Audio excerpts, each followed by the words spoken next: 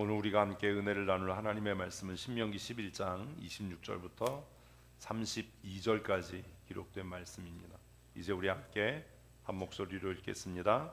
내가 오늘 복과 저주를 너희 앞에 두나니 너희가 만일 내가 오늘 너희에게 명하는 너희의 하나님 여호와의 명령을 들으면 복이 될 것이요 너희가 만일 내가 오늘 너희에게 명령하는 도에서 돌이켜 떠나 너희의 하나님 여호와의 명령을 듣지 아니하고 본래 알지 못하던 다른 신들을 따르면 저주를 받으리라.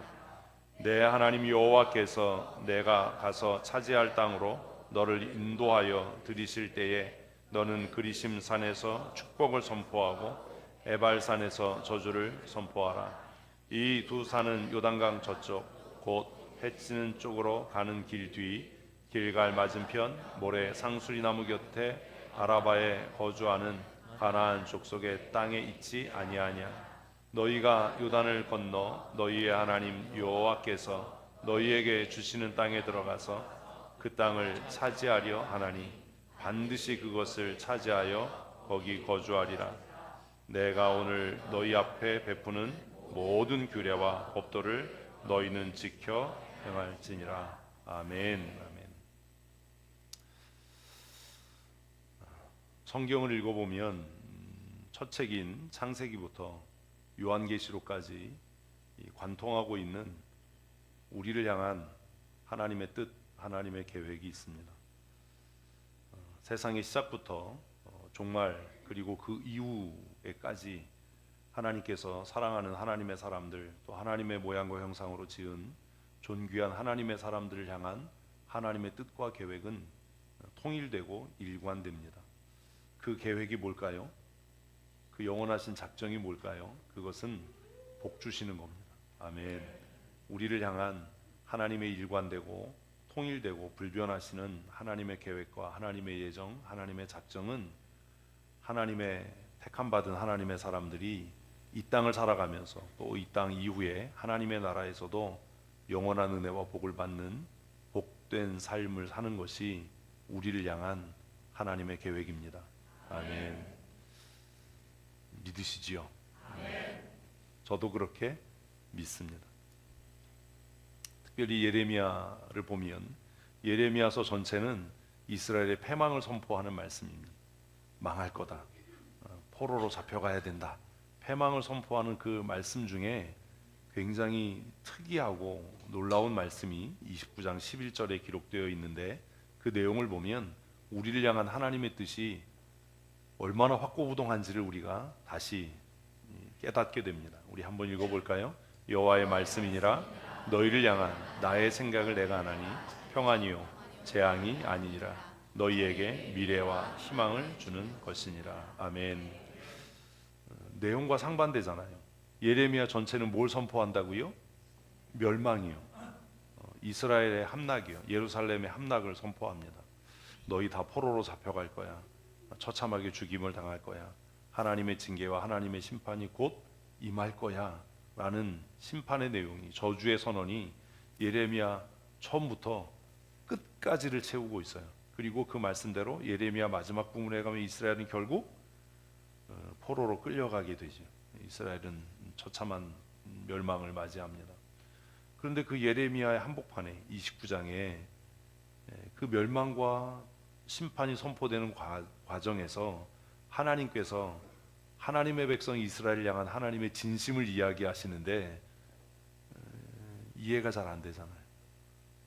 앞으로 망할 건데, 침략을 당할 건데, 다 포로로 잡혀갈 건데 그 멸망과 심판을 선포하시는 중에도 하나님께서 뭐라고 이야기한다고요? 너희를 향한 내 생각을 내가 안다. 너희를 향한 내 작정, 내 계획, 내 생각은 너희가 수치와 멸시를 당하는 것, 고난의 떡을 먹는 것, 슬픔의 삶을 사는 것이 아니다. 너희를 향한 나의 계획, 창조의 때부터 세상이 끝나는 그 말세의 때까지, 그리고 그 이후에라도 너희를 향한 내 마음의 생각을 내가 아는데 이 불변하는 생각은 너희에게 평안을 주는 것이고 너희에게 미래와 희망을 주는 것이다 라고 말씀을 합니다. 그래서 다른 어떤 성경 형통할 거야, 잘 될 거야, 복 받을 거야, 뭐 이렇게 이야기하는 어떤 성경의 말씀보다도 예레미야에 있는 이 말씀은 우리로 하여금 나를 향한 하나님의 참되고 진실하고 불변하신 계획과 섭리와 뜻이 무엇이구나, 복 주시는 거구나. 아멘. 아멘. 이걸 알게 돼요. 그래서 이 말씀이 더 놀랍고 귀한 겁니다. 근데 질문이 있습니다. 그 질문이 뭔지 아세요? 여러분 지금 형통하십니까? 기쁘고 즐거우십니까? 마음이 평안하십니까? 건강하고 돈 걱정 없고 부유한 삶을 사십니까? 대답을 아까는 조금 아까 아멘을 이렇게 열심히 하더니 왜 갑자기 입을 딱 봉해서 대답이 없어요. 사실 대답이 없다는 건 무슨 얘기예요? 그렇지 않다잖아요. 큰일인 거야. 누구라도 하나 뭐 아니라고 얘기를 해야 되는데 고민이잖아요. 왜 우리의 삶에는 수고와 슬픔뿐이죠? 120년을 살면서 삶의 마지막 끝자락에 40년을 정말 강력한 통치자로, 지도자로, 믿음의 사람으로, 영성의 사람으로 살았던 모세가 유일하게 남긴 시편이 있잖아요. 그죠? 그 시편 뭐라고 이야기합니까? 우리 인생을 돌아보니까 우리가 70살 살면 잘 사는 거고, 정말 운동하고 영양제 챙겨 먹고, 그때 뭐 그런 것도 없었겠지만 이러면 80년을 삽니다, 하나님. 그런데 우리가 우리 인생을 돌아보니까 수고와 슬픔뿐입니다, 뭐 이렇게 얘기를 해요. 그래서 가끔 이제 장례식 가면 이제 그런 기도 하잖아요. 우리의 인생이 수고와 슬픔뿐입니다. 그러면 그 모세의 그 기도는 무엇과 충돌되는 거예요? 성경 전체 내용과 어긋나 있는 거잖아요. 아까 신나게 아멘 했잖아요. 뭐라고요? 창세기부터 어디까지? 요한계시록까지. 언제부터? 창조의 때부터 언제까지? 세상 끝날과 그 이후에까지 우리를 향한 하나님의 계획과 하나님의 예정은 뭐다? 복 주시는 거다. 믿으시죠? 또 아멘은 할 거잖아요. 그죠? 아멘 안 한 사람은 그렇게 사세요. 그냥 저도 믿어요. 그런데 왜 모세는 우리의 인생을 돌아보니까 수고와 슬픔뿐이라고 얘기를 했을까? 왜 우리의 삶은 현재적으로 지금 현재 상황에서 형통하지 못할까? 이런 고민을 해야 되잖아요. 왜 그럴까? 그럼 둘 중에 하나예요. 뭐요? 성경이 개뻥이다. 아니면 뭔가 우리의 삶에 문제가 있는 거다. 아닌데요, 목사님, 저 모태신앙인데요. 평생 뭐 예배 빠져본 적 없는데요. 나 11조 생활 잘하는데요. 나 교회에서 일한다 그러면 그냥 뼈가 으스러지도록 열심히 헌신하고 사역하는데요. 내 삶이 뭐가 잘못된 거죠? 왜 내 삶에는 기쁨이 없죠? 왜 감사함이 없죠? 매주 예배 나오는데 왜 예배가 별로 그렇게 그렇죠? 아니, 일상의 삶을 향한 우리 하나님의 뜻은 은혜와 복이 됐는데 우리 삶을 돌아보면 교회에 와도 마음이 편치 않은 거예요. 다 앞에만 쳐다보는 거야. 들키고 걸릴까봐. 야씨, 분위기 살벌하지요. 옆에 분에게 한번 그래서 우리는 잔인하게 또 물어야죠. 옆에 분에게 평안하십니까? 이거는 이 질문은 상당히 빈정거리고 비꼬면서 해야 되는 거예요. 너 평안하냐? 너 지금 교회 예배 와 있는데 지금 속이 죽을 듯 하고 있지 않냐? 뭐 이런 어투로 조금 더 세게 물어볼까요? 진정으로 참말로 진실되게 평안하십니까? 야, 이거 어려워져요, 그죠? 왜 하나님의 마음, 하나님의 작정, 하나님의 계획과 우리의 현실 사이에는 채우지 못하고 메꾸지 못할 이런 간극이 있는가? 왜 우리의 삶은 하나님의 의도대로 복되지 못하고 형통한가? 그 고민을 본질적으로 해야 되잖아요. 사실 평생 20년, 30년 신앙생활하고 예수 믿었다면 노년의 삶이 정말 충만하고 존경받고 막 이래야 되잖아요. 근데 그런 삶은 찬송 속에만 있어요. 응? 찬송 속에만, 실제는 없어. 그래서 우리가 확 찬양할 때 뭐 복음서하면서 은혜로다 한량 없는 주의 은혜 뭐 이럴 때는 진짜 내 삶에 뭐가 은혜가 막 충만한 것 같아. 근데 그 찬양이 딱 끝나고 나면 아닌데, 아무도 나 사랑해 주지 않는데, 존경해 주지 않는데, 은혜가 아닌 것 같은데. 그 찬양할 때는 뭐 충만하네 막 그냥. 한번 고기만 해볼까요? 은혜로다. 시작. 음치들만 모아놨나? 주의 은혜 한량 없는 주의 은혜로다. 주의 은혜 신실하신 주의 은혜. 이런 세상은 찬송 속에만 있어요. 현실은 지지고 볶고 나 어떻게 살지? 그러고 저 새끼는 왜 나 무시하지? 교회에도 평안함이 없어요. 왜 그러죠? 주영, 왜 그런 거야? 왜 긴장해?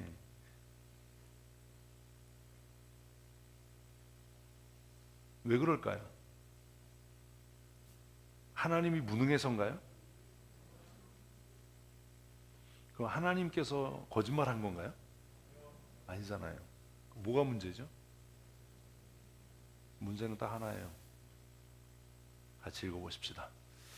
오직 너희의 죄악이 너희와 너희 하나님 사이를 갈라놓았고 너희 죄가 그의 얼굴을 가리어서 너희에게서 듣지 않으시게 함이니라.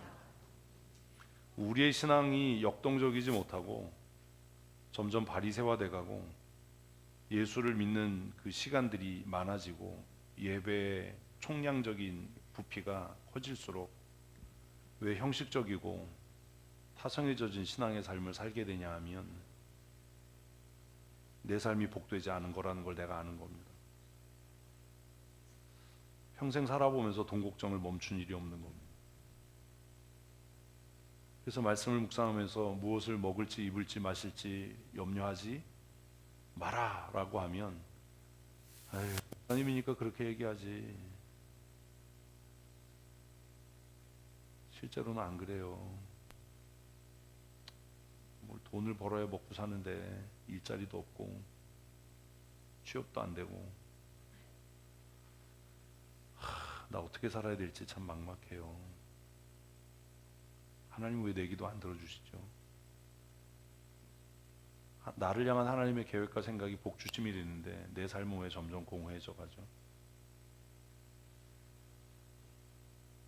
하나님께서 그 크시고 놀라우신 은혜와 사랑으로 나를 사랑하신다면 정말 나이 들어갈수록 존귀케 되고 존경받아야 되는데 왜 나는 교회에 와도 기쁨이 없고 나이 들어가는데 존경은 멀고 무시당하는 것 같고 내 감정은 이렇게 소모되는 것 같고 왜 이러죠?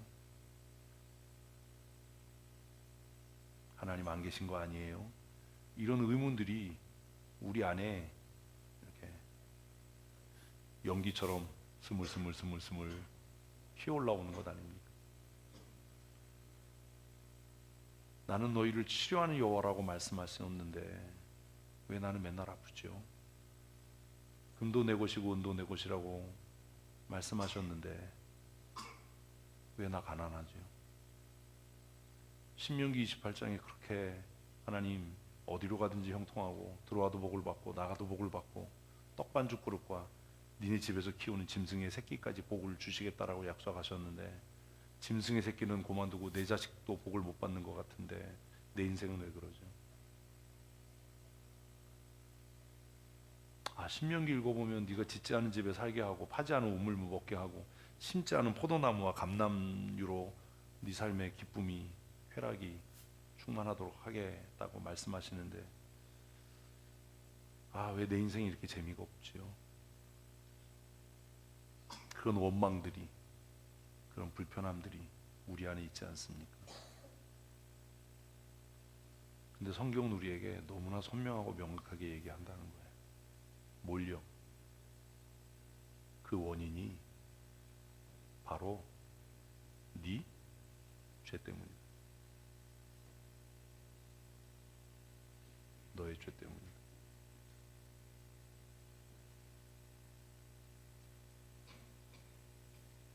이게 해결이 되지 않으면, 근데 이런 거예요. 자기 죄가 뭔지 모르는 거예요. 여러분 왜 가난하죠? 답을 못 하잖아. 이래서 왜 가난해요? 내 죄 때문이라니까요. 말을 안 하네. 왜 가난하다고요? 내 죄 때문이에요. 둘 중에 하나라니까요. 하나님이 안 계시든지 아니면 내 죄의 결과예요. 이렇게 생각 안 해요. 그래서 이제 그런 생각하죠. 내가 무슨 죄를 졌는데? 나 남의 거 훔친 적 없고 거짓말한 적 없는데. 나 52주 예배 나오는데. 내가 무슨 잘못을 했어? 내가 무슨 죄를 지었어? 문제가 뭐예요? 죄가 없는 게 아니고요. 죄가 뭔지를 모르는 거예요. 죄가 우리의 삶에서 어떻게 작용하는지를 모르는 거예요. 그래서 일을 시켜보면 그런 게 다른 거예요. 기계를 써도요, 기계 작동의 원리를 아는 사람은 기계 망가뜨리지 않고 10년이고 20년이고 잘 써요. 그런데 기계 작동 원리를 모르는 사람은요, 맨날 기계 망가뜨려서 새기게 계속 사는 거예요. 그래서 버는 건 많은데 남는 게 없어요.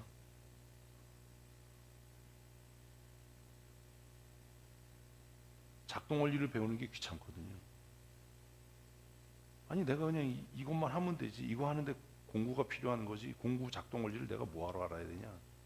근데 그게 자기의 삶을 빈곤하게 한다는 걸 몰라요. 제 취미로 바이크 타잖아요. 바이크 타기 시작하면서 제가 제일 먼저 했던 게 뭔지 아세요? 뜯어보는 거였어요. 작동 원리를 이해하려고.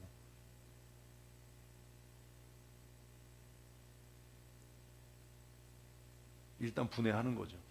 조립은 뭐예요? 분해의 역순이잖아요.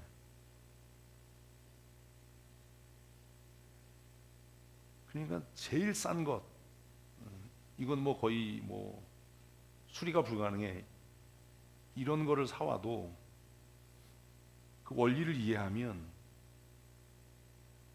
최고가 되는 거예요. 어제도 뜯었거든요, 다.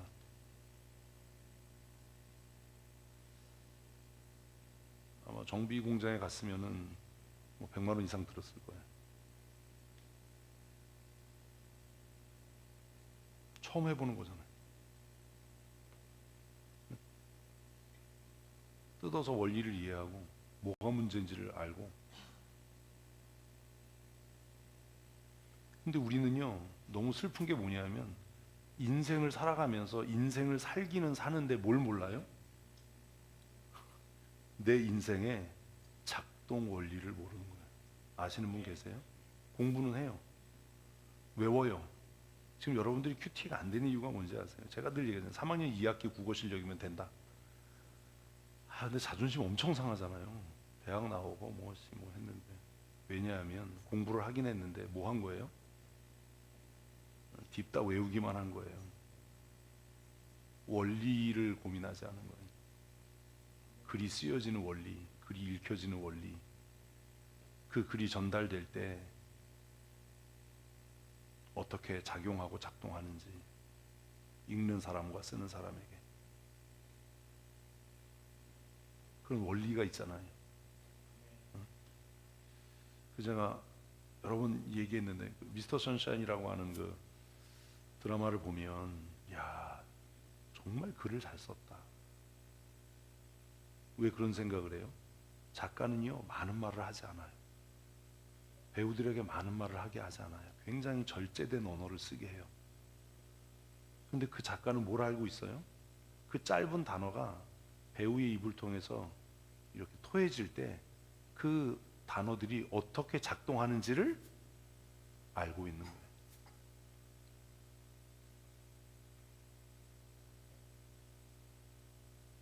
그래서 아름다워요.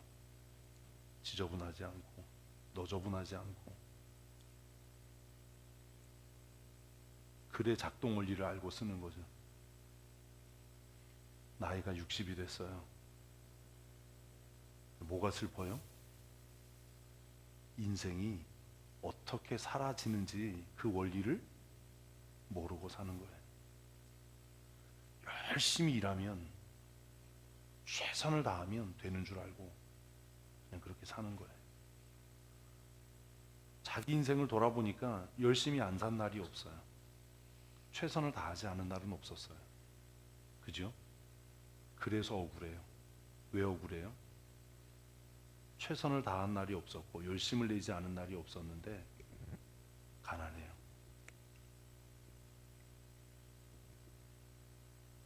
남은 게 없어요. 자식들에게조차 존경받지 못해요. 주위를 돌아보니까 사람이 없어요. 나 평생 뭐하고 살았지? 이런 생각이 어느 날 문득 드는 거예요.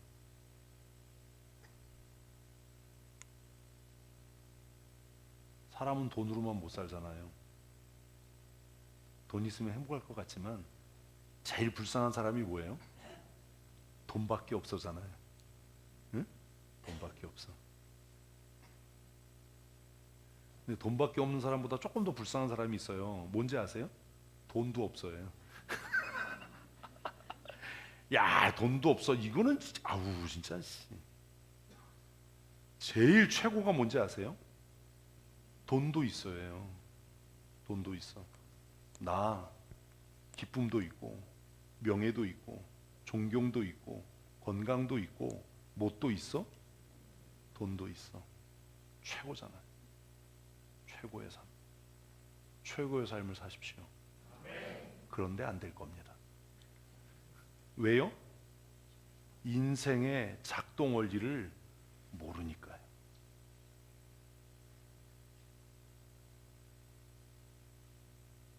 기계의 작동 원리를 모르면요, 기계가 성능이 좋아질수록 내 생명이 위험해져요. 이해되세요? 뭐 제가 바이크 타니까 바이크 얘기하면 뭐 80cc, 50cc, 100cc는요 별로 위험하지 않아요. 술 처먹고 타지 않는 한, 눈 감고 타지 않는 한. 그런데요 125cc 되면 조금 그래요. 250cc 되면요 와, 잘 나가는데 그래요. 제가 지금 타는 게 1400cc가 좀 넘거든요. 1500cc 정도 되거든요. 자동차잖아요. 모닝보다 배기량이 크잖아요. 이렇게 되면요 무슨 일이 생겨요? 성능이 좋아서 죽어요.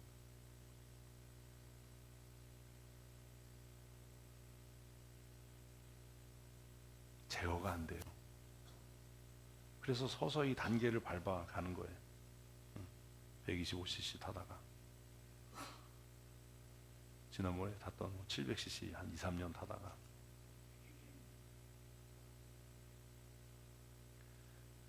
성경은 너의 죄 때문에 네가 하나님이 주신 은혜와 복을 누리지 못한다라고 말씀하는데 문제가 뭐냐? 내가 아무리 나를 생각해도 뭐가 없는 것 같은 거예요. 죄가 없는 것 같은 거예요. 내가 뭘 잘못했냐? 왜 그런 생각을 한다고요? 인생의 작동 원리를 모르는 거예요. 이것처럼 불행한 게 어디 있어요? 평생 교회 다녔는데 더 쉽게 얘기하면 하나님이 주시는 복의 작동 원리, 죄가 우리를 실패하게 하고 넘어뜨리게 하는 원리를 모르는 거예요. 그러니까 자기가 그 죄를 계속 범하면서도 뭐라고 생각 안 하는 거예요? 죄 짓고 있다라는 생각을 안 하는 거예요. 내가 지금 죄의 속성을 갖고 살아간다, 내 안에서 죄의 메커니즘을 따라 내 인생이 사라져 간다라는 걸 몰라요. 진짜 위험한 게 뭔지 아세요? 중독이에요. 중독. 술에 중독되는 것, 담배에 중독되는 것, 이건 별거 아니에요. 마약에 중독되는 것, 이건 좀 심하죠. 도박에 중독, 이것도 좀 심하잖아요. 그런데 이것들보다 우리의 삶을 완벽하게 파괴하는 중독이 있어요. 그게 뭔지 아십니까? 죄에 중독되는 것. 그래서 자기가 무슨 죄를 짓고 있는지를 모르는 거예요. 더 슬프고 무서운 게 뭐냐면, 마약에 중독되거나 알코올에 중독되거나 도박에 중독되면 누가 나서서, 몰라요? 국가가 나서서 이 문제를 문제 있다라고 얘기하고 세금을 들여서 재활훈련을 시켜주고 치료시켜 주려고 해요. 응? 정선 카지노에서 몇 번 이제 목회자들 세미나 있고 회의 있어서 갔잖아요. 밑에가 도박장이잖아요. 그 도박장 입구 옆에 뭐 있는지 아세요? 이거 아는 사람들 수상한데? 거기 도박치료센터가 있어요. 도박중독 상담소. 신원을 비밀로 해드립니다. 모든 비용을 국가가 냅니다. 그런데요, 죄는요, 아무도 신경을 안 써줘요. 자기가 죄에 중독됐다는 것도 몰라요. 그래서 너 죄 때문에 지금 그런 거야? 그러면 아닌데요? 알코올 중독자가 자기 중독됐다고 얘기하는 사람 봤어요? 도박에 중독된 사람들이 자기가 중독됐다라는 걸 인지하고 고치려고 노력하는 사람 별로 없어요. 그런데요, 더 무서운 게 뭐냐면, 죄에 중독된 사람은요, 자기가 죄인이라고 생각, 죽었다 깨나도 안 한다는 거예요. 그게 우리가 지금 묵상하고 있는 누가복음에 어떻게 나타나는지 아세요? 네 눈에 들보가 박혔잖아. 죄에 중독되면 자기 눈에 뭐가 박혔는데도, 들보가 박혔는데도 그게 불편하거나 이상하지 않아요. 그걸 자기 죄라고 생각하지 않아요. 응? 그래서 그 들보를 뽑아낼 수가 없어요. 자기 눈에 들보를 뽑아낼 수 있는 사람은 누구예요? 자기가 죄에 중독됐다라는 걸 깨닫는 자예요. 그래서 누가복음을 읽으면, 야, 이거 심각한데. 여러분 혹시 인생을 이렇게 살아야 돼, 인생은 이런 거야, 인생은 이렇게 다뤄야 되는 거야를 배워본 적 있으세요? 있어요? 없어요? 그럼 성경을 헛읽은 거예요. 성경을 왜 읽는데요? 제가 여러 번 얘기했잖아요. 성경이 뭐라고요? 우리 인생을 어떻게 경영하고 살아가야 할지 뭐라고요? 사용 설명서다. 제일 많이 읽혀지는 책이 성경이고요, 제일 이해되지 않는 이 책이 성경이에요. 하다못해 작은 전자제품을 하나 사도 뭐가 따라와요? 사용설명서 따라오잖아요.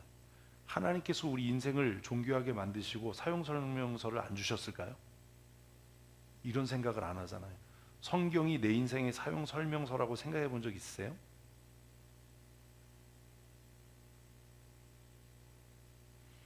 우리의 인생은 지금 뭐 하고 있는 거예요? 이해 못 하시죠? 오작동하고 있는 거예요.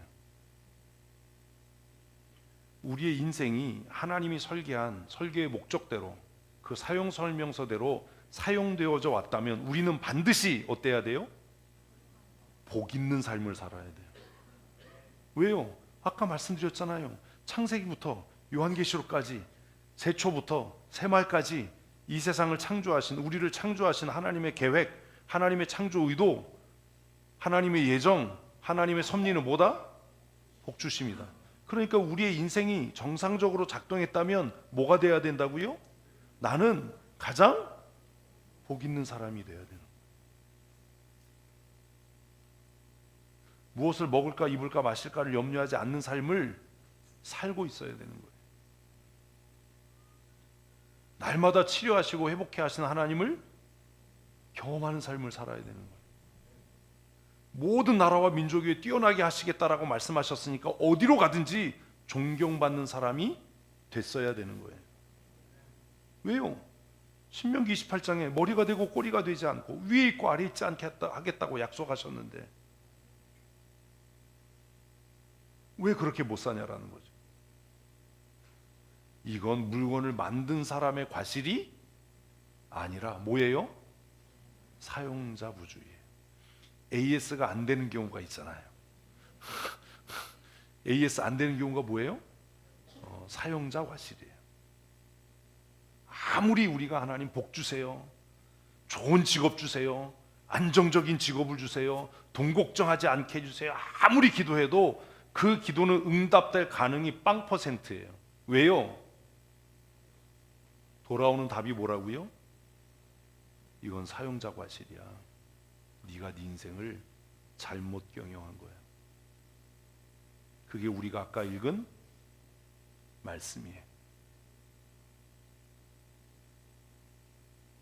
여호와의 팔이 짧아진 게 아니다. 여호와가 능력이 없는 게 아니다.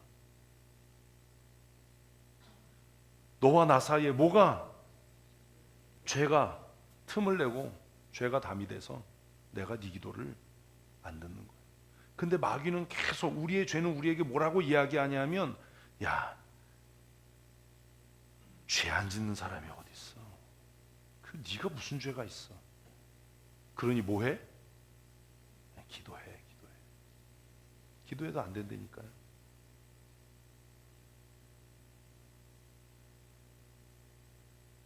그래서 기도하면서 낙심만 되는 거예요. 왜요? 하나님 안정적인 직장 주세요. 건강하게 해주세요. 돈 걱정 안 하게 해주세요. 응답된 적 있어요? 대답을 안 해. 응답된 적 있어요? 기도만 하는 거야. 근데 그게 한 달, 두 달 이렇게 지나면 그 다음엔 뭣도 안 해요?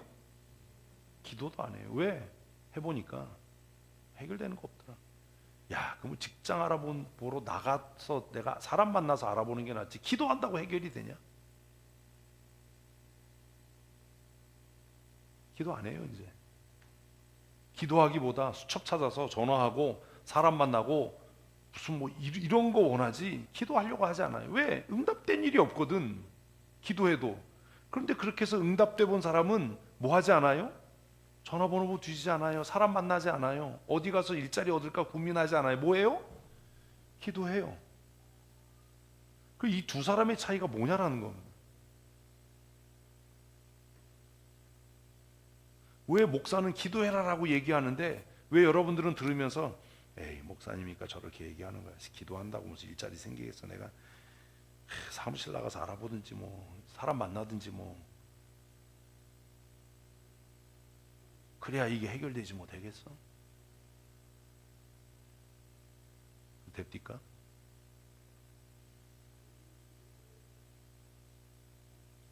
왜 기도해도 안 된다고요? 네. 그래서 생각해야 돼요. 기도했는데 응답이 없으면 생각해야 돼요. 뭘요? 아, 내 인생이 지금 오작동하고 있구나. 그럼 그 오작동을 일으키는 주범이 뭐라고요? 죄인 거예요. 이게 바이러스 같은 거예요. 소프트웨어 바이러스 같은. 내가 입력한 명령대로 내 인생이 움직여지지 않는 겁니다. 나는 죽을 때까지 욕먹으면서 무시당하면서 멸시당하면서 살기로 작정했어. 손 들어보세요. 나는 돈 걱정이 끊이지 않는, 난 돈 때문에 고민하다 죽기로 작정했어. 있으세? 난 성경이가 손 든 줄 알았어. 근데 머리를 만지네.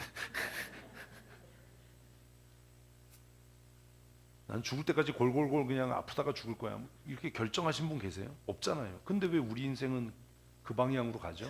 말씀드렸잖아요. 뭐 하고 있는 거다? 오작동하고 있는 거다. 오작동하고 있는 거. 그럼 그 오작동을 일으키는 원인이 뭐다? 죄다. 이것도 인정이 안 되면 이거는 갖다 버려야 되는 인생이에요. 그냥 그렇게 살다 끝날 거예요. 이게 인지가 돼야 돼요. 아, 내 인생이 지금 뭐 하고 있어? 발작을 일으키고 있어. 오작동하고 있어. 하나님은 나에게 뭐 주시기를 원하시는데? 복 주시기를 원하시는데, 하나님은 내가 존귀케 되기를 원하시는데, 존경받는 인생을 살기를 원하시는데, 내 인생이 오작동하고 있어. 이게 먼저 인정이 돼야 돼요. 이게 인정이 돼야 뭐가 되냐 하면 죄를 찾아내는 작업이 이루어지는 겁니다. 도대체 뭐가 죄냐 그러면? 뭐가 죄일까요? 남의 거 훔치는 거예요? 거짓말하는 거예요? 예배 안 나오는 거예요? 아니에요. 우리의 인생에서 우리의 죄가 우리의 인생을 망치는 가장 유효하고 결정적인 방법은 잘못된 선택을 하게 하는 거예요. 그래서 가난해지는 사람도, 존귀하지 못한 사람도, 탁월하지 못한 사람도 기도해요, 찬송해요, 예배 자리에 나와요. 그런데 뭘 잘못해요? 선택할 때마다 망하는 걸 선택해요. 선택할 때마다 욕먹을 짓을 해요. 선택할 때마다 무시당할 짓을 해요. 그리고 나서 뭐라고 얘기를 해요? 나 왜 가난하지? 나 왜 망했지? 나 왜 욕먹지? 나 왜 무시당하지? 왜? 선택하고 결정할 때마다 망할 일을 결정하고 무시당하는 수밖에 없는 방식으로 말하고 행동하고, 그 말과 행동의 주체가 누굽니까? 나인 것 같잖아요. 아니라니까요. 오작동하게 하는 죄예요. 근데 또 이상하잖아요. 나 회개했는데요? 그래서 제가 웃는 거예요. 네가 한 회개는 회개가 아니다. 그건 회개하는 척 하는 거지. 네가 정말로 회개했다면 그 죄가 너로 하여금 다시 그렇게 멍청한 말을 하지 않게 한다. 그런 말을 할 수 없다. 그렇게 멍청한 행동을 다시는 하지 않는다. 네가 정말 회개했다면. 제가 여러 번 얘기했잖아요. 네가 정말로 하나님 앞에 경제적인 어려움으로 돈 문제로 기도하고 회개했다면 결정하고 선택할 때 똑같이 그렇게 망하는 선택을 하지 않을 거다. 죄는 우리의 인생에서 이렇게 작용해요. 그래서 보면 멍청한 말을 하는 사람은 계속 그 멍청한 말을 멈추지 않아요. 잘못된 선택을 하는 사람은 계속해서 그 잘못된 선택을 멈추지 않아요. 그래서 스스로 가난해지고 스스로 천박해지고 스스로 존경받지 못하는 삶을 사는 것. 이게 뭐의 원리라고요? 죄의 원리예요. 이 죄는 우리를 중독시키고 마비시켜서 눈에 대들보가 박혀 있는데도 무감각하게 만들어요. 그게 죄인지 몰라요. 마취제 무섭잖아요. 제가 전신 마취를 꽤 해봤잖아요. 응? 선생님, 열부터 거꾸로 쉬어보세요. 열 할 때는 이게 뭐 아무렇지도 않은데 9까지도 괜찮았어요. 8쯤 되니까 생각이 안 나. 이렇게 그러더니 끝났어요. 정신 차리세요. 이런 거예요. 그동안에 내 몸에는 철심이 박혔고요. 응? 하나도 못 느낀 거예요. 아, 죄가 우리를 마비시키면 이렇게 되는구나. 우리가 하나님의 사람으로 존귀케 창조되고 가장 복 있는 사람으로 창조됐는데 존귀하지 못하고 존경받지 못하고 복된 삶을 살지 못하는 이유는 딱 뭐라고요? 죄 때문에. 죄는 무슨 거짓말하고 훔치고 누구 때리고 이게 아니에요. 죄는 우리의 삶에서 어떻게 작용한다고요? 잘못된 선택을 하도록. 그래서 자기 딴에는 이게 이 상황이 뭐예요? 최고의 결정이에요. 이거 말고는 다른 선택지가 없다고 생각해요. 지금 이 상황에서 그럼 나보고 어떻게 하라는 거냐? 이렇게 얘기를 해요. 그런데 그게 정말 그런가요? 정말 다른 선택지가 없었을까요? 다른 방법이 없었을까요? 혹시 내 감각이 마비됐기 때문 아닌가요? 내 이성이, 내 지성이 마비됐기 때문은 아닌가요? 무엇으로? 죄로. 그러면 마비되지 않은 지성과 이성은 선택과 결정의 순간에 뭘 하게 하죠? 모르잖아. 60년, 50년을 살았는데 이러면 어떡해요? 죄가 우리의 이성을, 우리의 지성을 마비시키면 우리가 결정하고 선택할 때 어떻게 하게 하는지 아세요?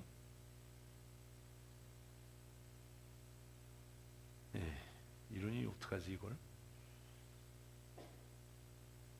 하나님의 말씀이 기억도 안 나요.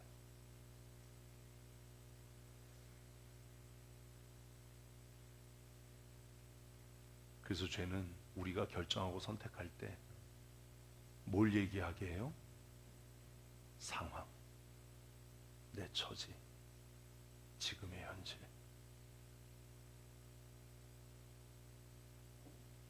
그래서 죄에 중독된 사람들은 그렇게 얘기해요. 뭐라고요? 지금 이 상황에서 내가 할 수 있는 최선이다.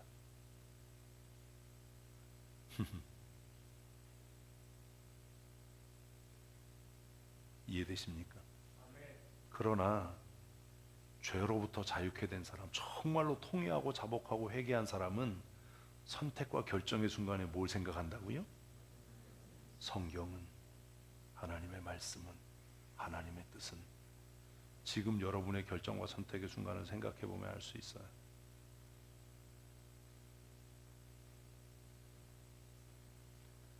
홍해가 앞에 있어요. 뒤에는 애굽의 군대가 쫓아와요. 상황을 보면 뭐 해야 돼요? 불평해야죠. 원망해야죠.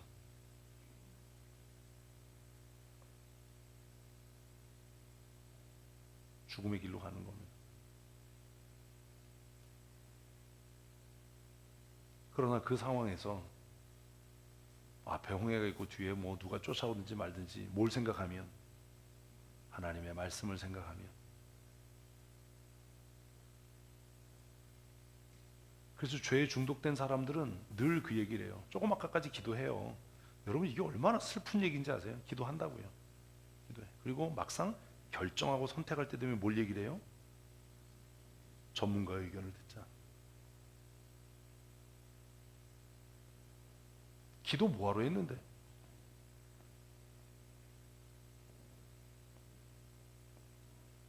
기도가 끝났으면 무슨 얘기를 해야 돼요? 하나님의 뜻은, 하나님의 계획은, 성경 말씀은 이래야 되는데 기도하자라고 기도하는 척은 엄청 해요. 그리고 나서 무슨 얘기 한다고요? 지금 상황은, 전문가 의견은 이스라엘 백성이 광야에서 계속 했던 게 그거예요. 우리가 새로운 지도자를 세워서, 이 상황을 타개할 수 있는 새로운 지도자를 세워서 애굽으로 돌아가야 되지 않냐. 왜? 지금 이 상황에서 우리가 할 수 있는, 그게 살 수 있는 유일한 방법 아니냐. 다 죽었어요, 광야에서. 성경 뭐하러 읽어요?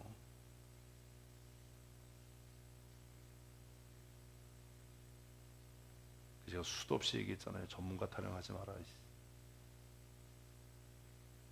믿음이 없다는 거 들키지나 마라. 인본주의적이라는 거 들키지나 마라. 근데 그렇게 하는 사람은요, 자기가 세속적이고 믿음이 없고 인본적이라는 생각을 하질 않아요. 왜요? 얘기했잖아. 죄에 중독돼 있으니까. 그래서 그렇게 얘기하면, 나 기도했는데? 나 기도하는데? 우리 기도하고 결정한 건데? 기도했는데 그렇게 결정하냐? 기도했는데 그런 말 하냐?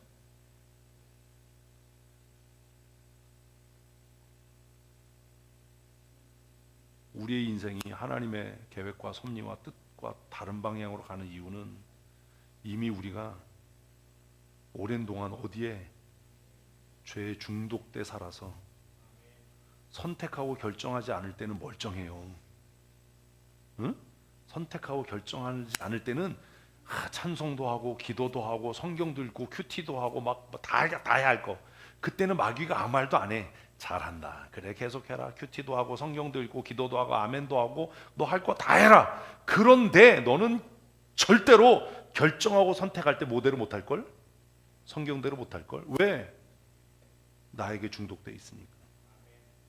너는 결정하고 선택할 때마다 뭘 얘기할 거야?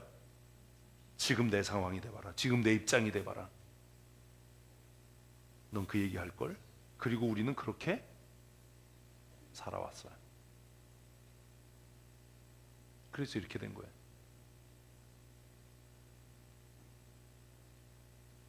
성경을 읽어도요, 성경이 지식이 되지 삶이 되지 않아요. 이스라엘 백성 광야 40년을 보십시오. 상황을 따라 살았습니까? 네, 그래서 다 죽었어요. 이스라엘 광야 40년을 다시 생각해 보십시다. 상황을 따랐습니까? 아니요. 말씀 따라 살아서 가나안을 차지했어요. 맞지 않습니까? 여리고성을 함락시킬 때 무슨 군사 전문가 의견 들었습니까?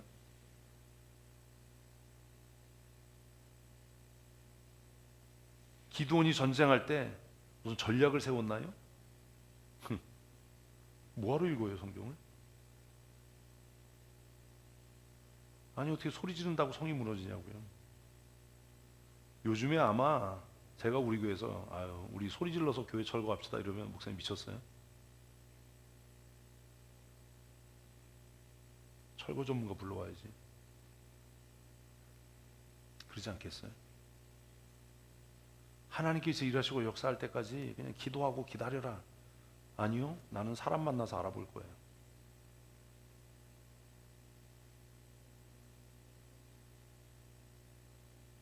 우리 그러지 않냐고요.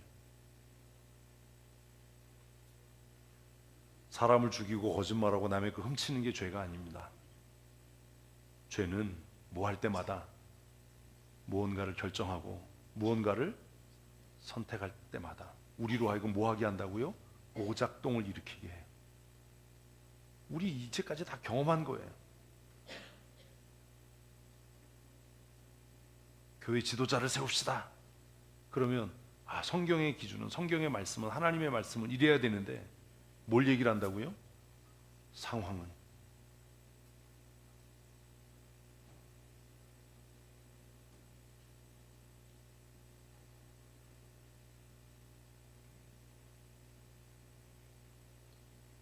하나님께서는 이미 우리 앞에 무엇과 무엇을, 복과 저주를 두셨습니다. 우리가 생각하잖아요. 하나님 그냥 복을 주시지 왜 복과 저주를 두셨습니까? 왜요? 우리를 존중하기 때문입니다. 아담을 만드시고 그에게 뭐 할 수 있는, 선택할 수 있는 주권을 주셨기 때문입니다. 그래서 우리는 가장 존귀한 존재입니다. 뭐 할 수 있으니? 선택할 수 있으니. 그 선택의 결과가 지금 여러분의 삶이고 여러분의 모습입니다. 하나님 원망하지 마십시오. 누구 탓하지 마십시오. 아, 내가 그렇게 선택한 결과이고, 내가 지금 가난해진 것도, 내가 병든 것도, 내가 존경받지 못하는 것도 무엇의 결과? 내 선택의 결과이고. 무엇의 결과라고요? 내 선택의 결과예요. 그리고 나로 하여금 그렇게 선택하게 했던 게 뭐라고요? 아니요. 복받은 사람은요, 하나님의 말씀일 거고요. 지금 힘들고 어렵고 수치스러운 삶을 사는 사람은 그게 뭐라고요? 죄의 작용이었을 겁니다. 성경대로 하나님의 말씀대로 선택하고 살았는데 가난하고 망하고 존경 못 받는 삶을 살게 됐다면 예수 믿어야 할 이유가 없지 않습니까? 뭐하러 믿습니까?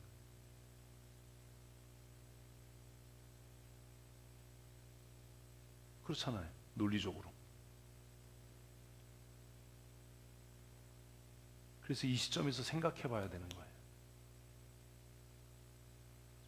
하나님께서 우리에게 복 주시려고 복과 저주를 우리 앞에 두시고 선택해라 라고 말씀하셨는데, 그러면 나는 평생 무엇을 선택하고 살았는가? 복을 선택하고 살았다면 신명기 28장의 말씀대로 우리는 모든 열방과 민족 가운데 탁월하고 뛰어나고 존경받아야 되고, 들어와도 복을 받고 나가도 복을 받아야 되고 형통한 삶을 살고 있어야 하는데, 왜 우리는 존경받지 못하고 형통하지 못하고 왜 복된 삶을 살지 못하는가? 그냥 답은 하나인 거예요. 아, 내가 지난날 살아오는 과정에서 선택과 결정의 순간마다 무엇으로 상황과 환경을 변명 삼고 죄의 욕구를 따라 뭐 했구나? 선택했구나.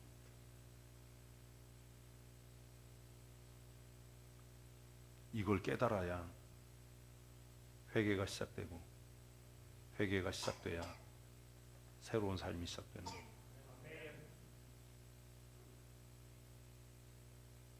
제가 근데 믿기는 잘 안 될 겁니다.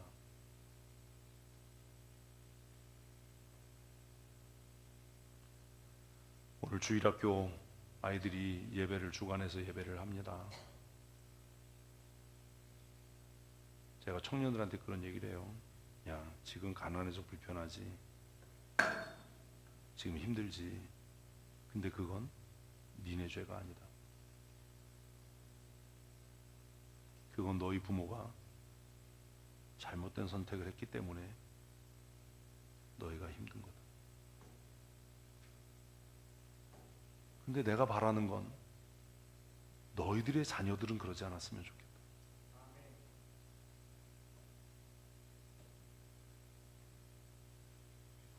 너희들의 남은 삶은 그러지 않았으면 좋겠다. 그러려면 어떻게 해야 되냐? 은혜와 복을 선택하는 삶을 살아라.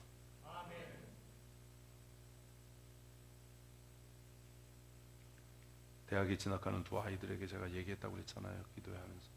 니네들 주일에 교회 안 나오면 죽어. 피곤하니까 안 나와. 그런 거 없어. 교회를 옮기든지 목숨 걸고 교회를 나오든지 둘 중에 하나예요.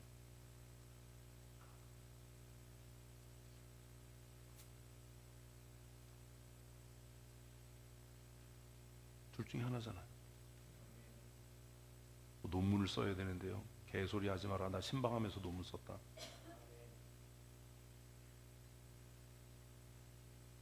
나 박사과정 할 때 목회 다 하고 신방 다 하면서 논문 썼다.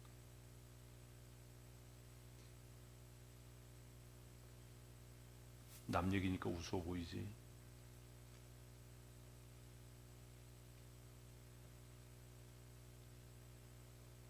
내가 결정하는 거다. 내가 선택하는 거다. 강도사 고시고 올 때 기도원 들어가서 나 공부하지 않았다. 교회 일 다 했다. 하나님께 맡기고 최선을 다했다. 그러니 그렇게 살아야 된다. 나 예전에 무지 가난했는데 나 생기는 거 다 주께 드렸다. 그리고 기도했다. 하나님, 나 가난해지지 않게 해주세요. 나 존경받는 사람으로 살게 해주세요. 내 말이 권위가 있게 해주세요. 그리고 돌아보면 나 지금 부자다. 부족함이 없다. 무시당하지 않는다.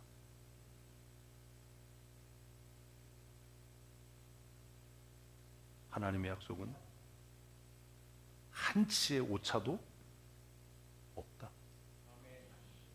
그러니 뭐만 있을 뿐이다. 나의 선택이 있을 뿐이다. 저 신학교 갈 때요, 쌍욕 먹었어요. 미친 새끼야 막 이러고. 네가 지금 네 상황이 지금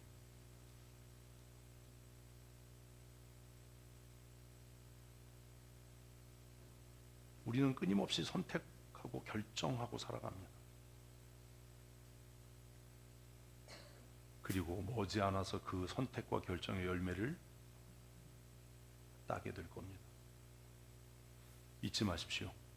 하나님은 우리 앞에 무엇과 무엇을, 복과 저주를 두셨습니다. 누가 여러분을 무시해서 여러분이 수치스러워지는 게 아닙니다. 여러분이 그렇게 선택한 겁니다. 여러분이 존귀케 된 것도 누가 여러분을 마냥 위해줘서가 아닙니다. 여러분이 그렇게 살기로 결정하고 선택했기 때문입니다. 하나님은 우리를 존중해서, 우리를 너무나 아끼고 사랑해서 우리를 강압적으로 이끄시지 않고 우리에게 강제로 복을 주시는 것이 아니라 우리로 하여금 무엇하도록 선택할 수 있도록 해주셨습니다.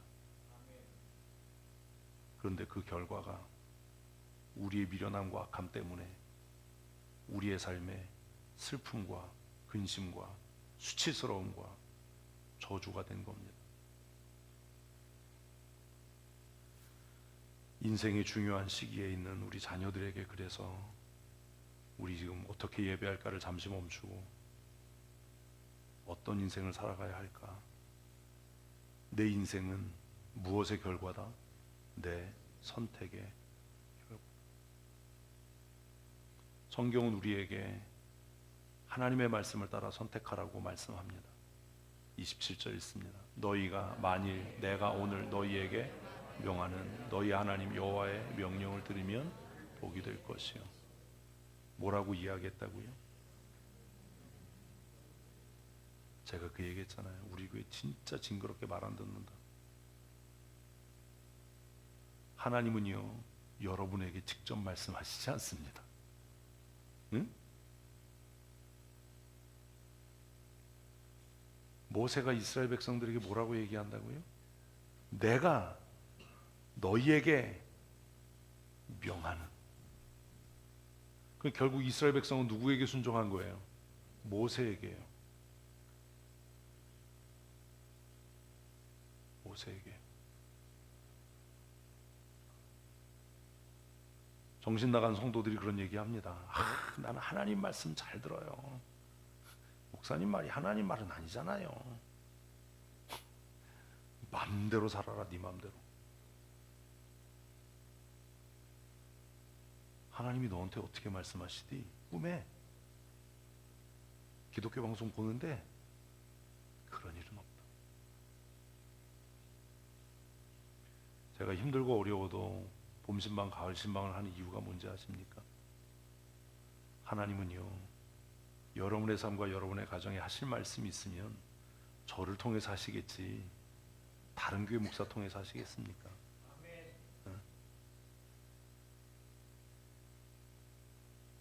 안 들어요.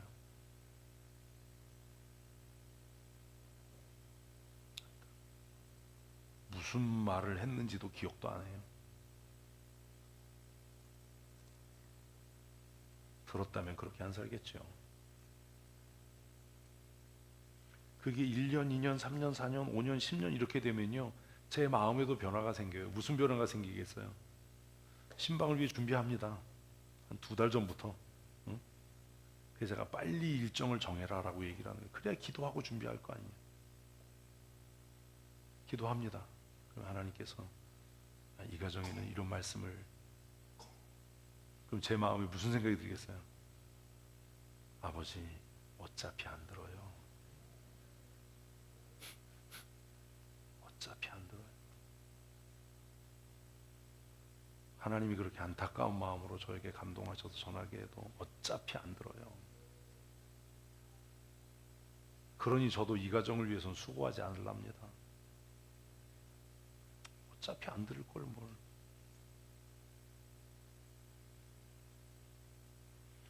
제가 여러분을 위해서 더 많이 기도하고 애쓸 수 있을 때는 뭐예요?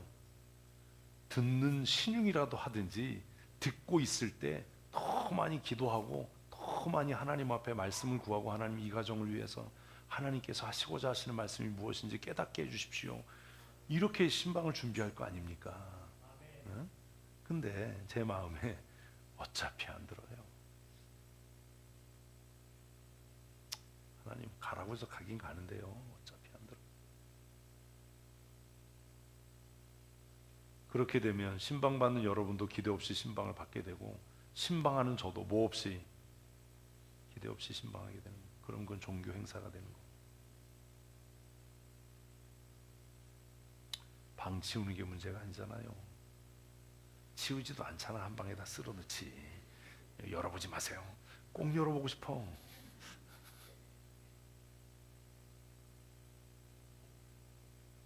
올바른 선택을 하려면, 얘들아 잘 들어야 돼.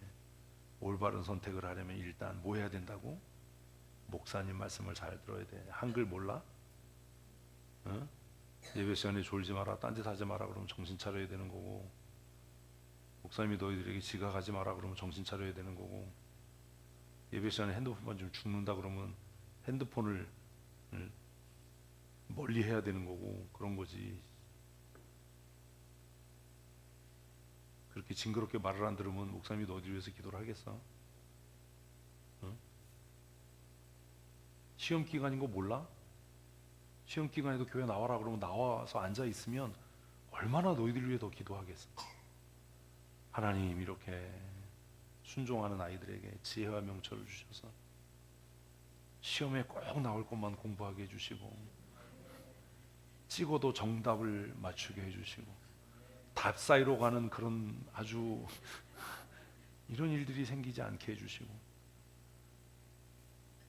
그런 거지. 목사님 그렇게 기도했다니까. 너무 바빠서 공부할 시간이 없어서 시험 공부하기 전에 책 손으로 안수하면서, 하나님 시험 공부합니다. 내가 바쁘게 사는 거 아시죠? 그러니 시험에 꼭 나올 것만 공부하게 해주시고, 시험이 끝나는 순간 기억이 하나도 남지 않게 해주세요. 하나도 몰라요. 응? 하나도 몰라요. 아니 얼마 전에 정리하다가 신학부 때 성적표를 찾았어요. 신학교 때 성적표.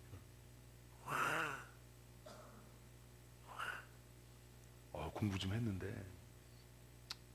응? 공부 좀 했는데. 근데 보면 이런 과목도 있었어? 기억이 안 나는 거예요. 강도서고시 볼 때도 그랬어요. 강도서고시 막 기도원 들어가서 공부하고 그러는데, 우리 교회 와가지고 막 그때 막 신방 다니고 목사님 성지순례 간다고 하셔가지고 그냥 막, 막 기도할 때 그 철학책 붙잡고, 하나님 시험에 꼭 나올 것만 공부하게 해주세요. 그러면서 했던 게 뭐냐 하면, 그때 목사님의 목사님이었던 최운태 목사님 말씀을 목사님은 하나도 어긴 게 없었어. 내 마음에 안 들어도 싫어요, 못해요, 그건 좀요, 그런 얘기 안 했어. 하다못해 친척 결혼식 한다고 운전해라라고 해도 즐겁게 토요일 날 예 그러고 운전하고 갔어. 아니요 해본 적 없어. 그분 말씀이 옳아서가 아니야. 나도 생각이 있고 나도 판단할 줄 알지만 목사님이 딱 하나 안요한 게 있어. 그게 뭐냐면 주일학교 공과책 복사해서 쓰라고 그래서 그건 안 된다 그러고 목사님 끝까지 설득해서 공과책 샀어. 그거 말고는 목사님 말씀에 안요를 한 적이 없어. 그게 복이야. 너희들이 형통한 삶, 복된 삶을 살려면 지금 배울 때 너희를 위해 기도하는 선생님들, 너희를 위해 기도하는 목사님의 말씀을 뭐 해야 한다고? 잘 들어야 되는 거야. 하지 말라는 짓은 좀 하지 말아야지. 해라고 하면 해야지. 응? 뭐 해라라고 했는데 이유가 붙고 뭐 설명이 붙으면 목사님은 더 이상 얘기 안 해. 그대로 해라라고 해. 그거 허락한 거 아니야. 왜 그냥 뭐 그렇게 하세요라고 왜 하냐 하면 어차피 할 거니까. 처음부터 순종할 사람은 거기에 토를 달지 않아. 그러니까 나중에는 목사님 하라고 허락했는데요. 허락한 적 없어. 말 안 들으니까 그냥 하라고 그런 거야. 하나님도 그러셔. 발람이라는 선지자가 이스라엘을 저주해달라는 부탁을 받았어. 하나님께서 밤에 가지 말아라고 말씀하셨어. 더 많은 돈을 보내고 더 많은 사람들이 와서 가자라고 했을 때 이 사람이 또 기도해. 그러니까 뭐라고 그러셨는지 알아? 하나님이 가래. 이게 가라는 소리야?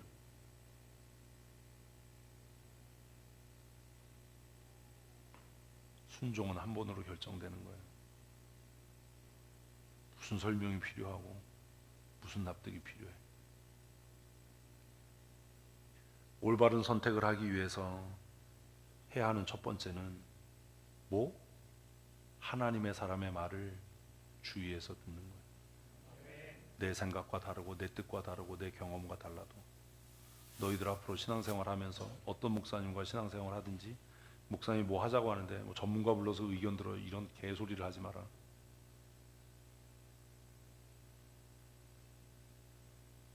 그 목사도 생각이 있는데 그 목사가 그 얘기를 할 때는 이미 전문가 의견을 들었겠어 안 들었겠어?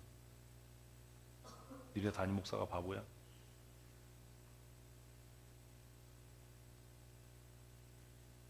전문가 의견 이러면 이제 더 얘기 안 하는 거야. 응? 이게 첫 번째. 목사님 그 분야의 전문가 아니잖아요. 아니에요. 모든 분야에 하나님은 탁월하고 뛰어나셔요. 이게 안 되는 거지 이게. 목사님 뭐 건축을 알아요. 하나님이 아시지. 28절. 너희가 만일 내가 오늘 너에게 명령하는 도에서 돌이켜 떠나 너희 하나님 여호와의 명령을 듣지 아니하고 본래 알지 못하던 다른 신을 따르면 저주를 받으리라. 결국 복과 저주는 누가? 내가 선택하는 거야. 너희가 결정하는 거야. 응? 복과 저주는 내가 결정하고 내가 선택하는 거야. 문제는 결국 뭐예요? 하나님의 말씀이 아니라 나의 선택이에요. 너희들의 인생은 너희가 선택하는 거야. 부모님 유산 아무리 물려줘도 아무 의미 없어. 또 10원도 못 받아도 그거 별로 큰 문제 안 돼. 그냥 내가 내 인생을 어떻게 살 건지를 내가 결정하고 선택해서 그대로 살면 정말 아무것도 없이 출발해도 하나님께서 거부가 되게 하실 거야. 정말 존경받는 사람이 되게 할 거야. 탁월하고 뛰어난 사람으로 살게 하실 거야. 근데 부모로부터 많은 거 물려받고 뭐 좋은 대학 나오고 뭐 해도 결국 이 직장 저 직장 전전하다가 고난의 떡과 눈물의 잔을 마시면서 살게 하실 거야. 문제는 우리의 선택이에요. 우리 어른들도 남은 삶을 하나님 주신 은혜와 복으로 살기를 원한다면 내 선택에 문제가 있었구나. 내 결정에 문제가 있었구나. 생각하고 이제는 무엇을 따라? 하나님의 사람의 권면을 따라 하나님의 말씀을 따라 결정하고 선택해야 되는 겁니다. 우리가 잘 아는 디모데후서 3장 16절 말씀은 모든 성경은 하나님의 감동으로 된 것으로. 하나님의 감동이란 말이 뭐예요? 그게 하나님의 지혜라는 거예요. 이거는 전문가한테 물어봐야 돼요. 그것을 창조하신 분이 하나님이, 땅을 지으신 분이 하나님이고, 이 세상에 존재하는 모든 것의 원인자가 하나님이. 하나님보다 더 전문가가 어디 있어요? 하나님보다 더 지혜로운 사람이 어디 있어요? 무슨 소리 하는 거냐 도대체?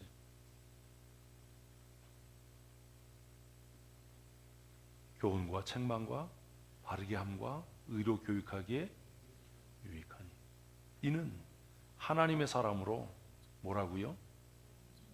온전하게 하며. 여기서 온전하게 하며가 뭔지 아세요? 바른 선택을 하게 한다는 거. 바른 선택을 하게 한다. 결정과 선택의 순간마다, 말할 때마다 이게 할 말인지 안 할 말인지. 저 가끔 그럴 때 있거든요. 정말 하고 싶은 말이 막 생기는데 마음속에서 순간적으로 이 말은 하면 안 돼.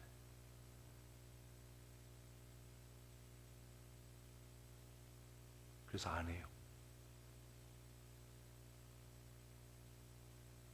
근데 여러 사람을 만나다 보면 할 말인지 안 할 말인지 안 가리고 하잖아요. 그리고 나면 그거 취소됩니까? 안 되잖아요.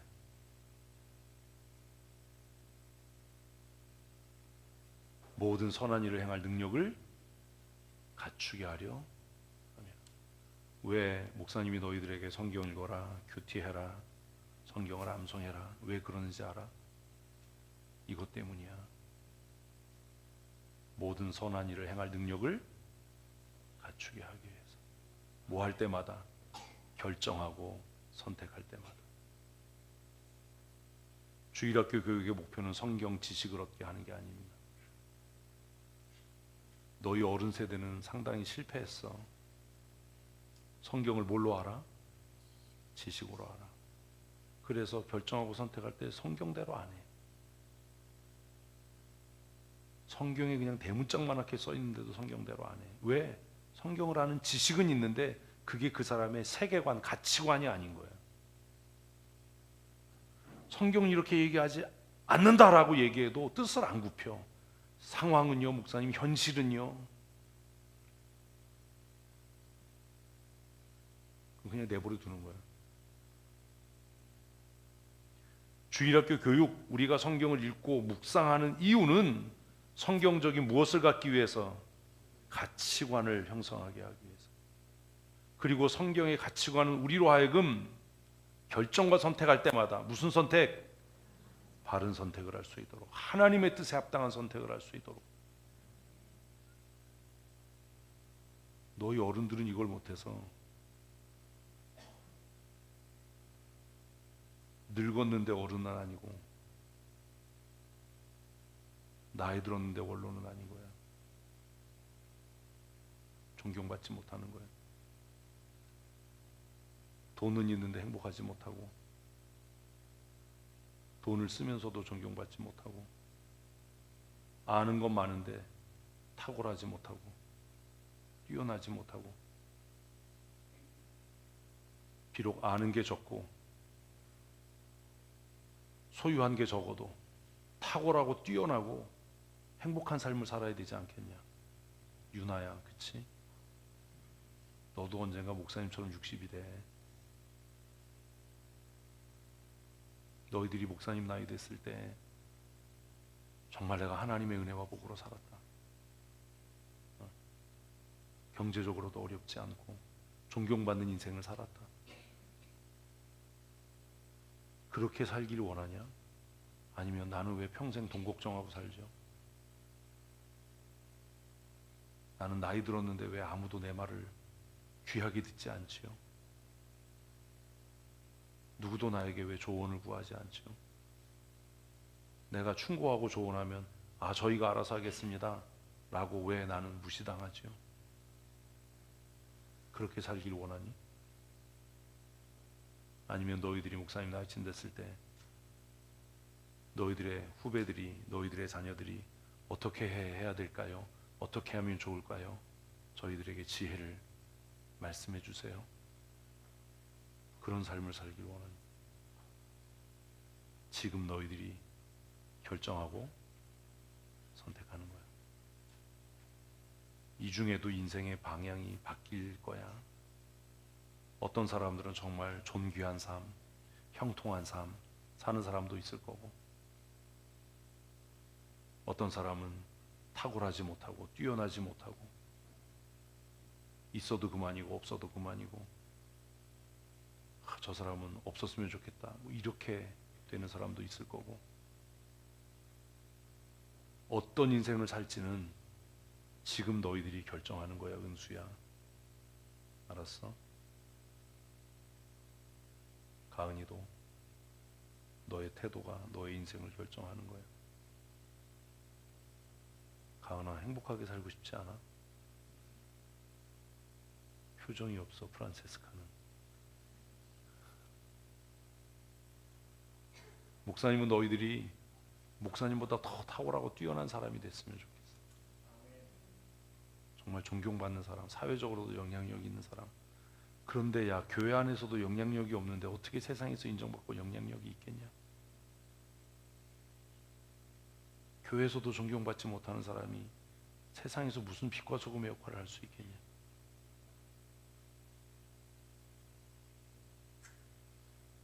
지금 아직 너희들에게 성공할 수도 있는 기회가 있고 실패할 수도 있는 기회가 있을 때 바르게 선택할 수 있도록 말씀을 읽고 묵상하고, 너희를 담임하고 있는 주일학 권사님이 한마디 하시면, 목사님이 너희들에게 한마디 하면 그 말을 마음에 무겁게 새기고 그 말을 지켜서 평생을 하나님이 주시는 은혜와 복으로 정말 아름답고 복된 삶을 살아야 되지 않겠냐? 그치? 너희들이 목사님 나이쯤 됐을 때 정말 하나님 은혜로 살았다. 목사님 요새 그게 너무 감사해. 돌아보면 정말 하나님 은혜로 살았다. 너무 감사하다. 얼마나 감사하니? 우리의 인생은 우리의 선택의 결과예요. 우리의 결정의 결과예요. 우리 장년들도 지금 경제적으로 좀 어렵고 삶이 폭폭하고 존경받고 인정받지 못한 삶을 산다면 지난 시간들을 돌아보십시오. 내가 어떤 선택과 어떤 결정을 하고 살아왔는지, 그리고 어디서부터 무엇이 잘못됐는지를 생각해서 이제 결심해야 합니다. 하나님, 이제는 상황과 환경이 아니라 하나님의 말씀이 내 선택의 기준이 되도록 하겠습니다. 그럼 이렇게 다짐하셔야 돼요. 성경을 지식으로 읽는 것이 아니라 성경이 믿음이 되게 하시고 내 인생관이 되게 하시고 가치관이 되게 해주십시오. 그렇게 결심하셔야 돼요. 그리고 그렇게 살아야 돼요. 아직 늦지 않았어요. 왜요? 지금 80인 분도 10년은 더 살 거예요. 이제는 100살까지 의사들이 살려놓을 거예요. 박문사님 인상 쓰지 마세요. 맨날 말로는 죽기를 원한다는데 그렇게 식사를 잘 하시는데 어떻게 죽어요? 아프면 병원을 그렇게 가는데 어떻게 죽어? 내가 두 가지를 끊으라고 그랬잖아. 밥숟가락 놓고 아파 죽겠어도 병원을 가지 말고. 근데 그게 안 되잖아. 밥숟가락을 놓으면 배가 고파. 응? 아프면 죽고는 싶은데 아파서 그래도 빨리 가봐야 돼. 그거 못 죽어. 제가 생각해도 그래요. 응? 저도 앞으로 40년은 더 살지 않겠어요? 100살까지? 예? 좀 끔찍할 것 같은 시간이지만 그래도 저는 기대가 돼요. 왜? 지금까지도 하나님이 기쁨이 충만하게, 감사가 충만하게, 부족한 것이 없도록 살게 하셨으니 앞으로 남은 삶도 하나님께서 얼마나 복 주신 삶을 살게 하실까? 문제는 결정과 선택의 순간마다 무엇을 근거로? 하나님의 말씀을 근거로 올바르게 선택해서 우리 다 늙어 죽는 날까지 궁핍함을 모르는, 병들지 말고 쌩쌩하고 팔팔하게 살다가 해강아 미안하다, 우리가 아파야 니네 한의원에 가는데 우리가 쌩쌩하게 팔팔하게 살아서 다른 사람을 통해서 돈을 벌고 죽는 날까지 정말 힘있게 기쁘게 예배하고 찬양하고, 교회 오면 다음 세대 젊은이들에게 정말 존경받고, 교회가 뭔가 결정하려고 하면 젊은 사람들이 찾아와서 권사님 우리가 어떻게 해야 될까요? 말씀해 주세요. 이렇게 자문을 구할 수 있는 존경받는 어른이 돼야 되지 않겠습니까? 우리 그런 삶을 사십시다. 우리의 남은 인생이 하나님이 우리를 원래 창조하신 목적대로 은혜와 복의 삶이 되도록.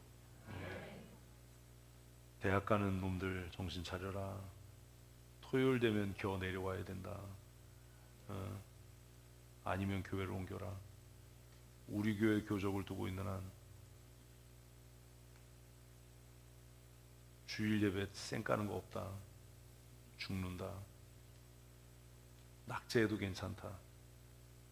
목사님 성적표 보니까 과락이 그래도 있더라.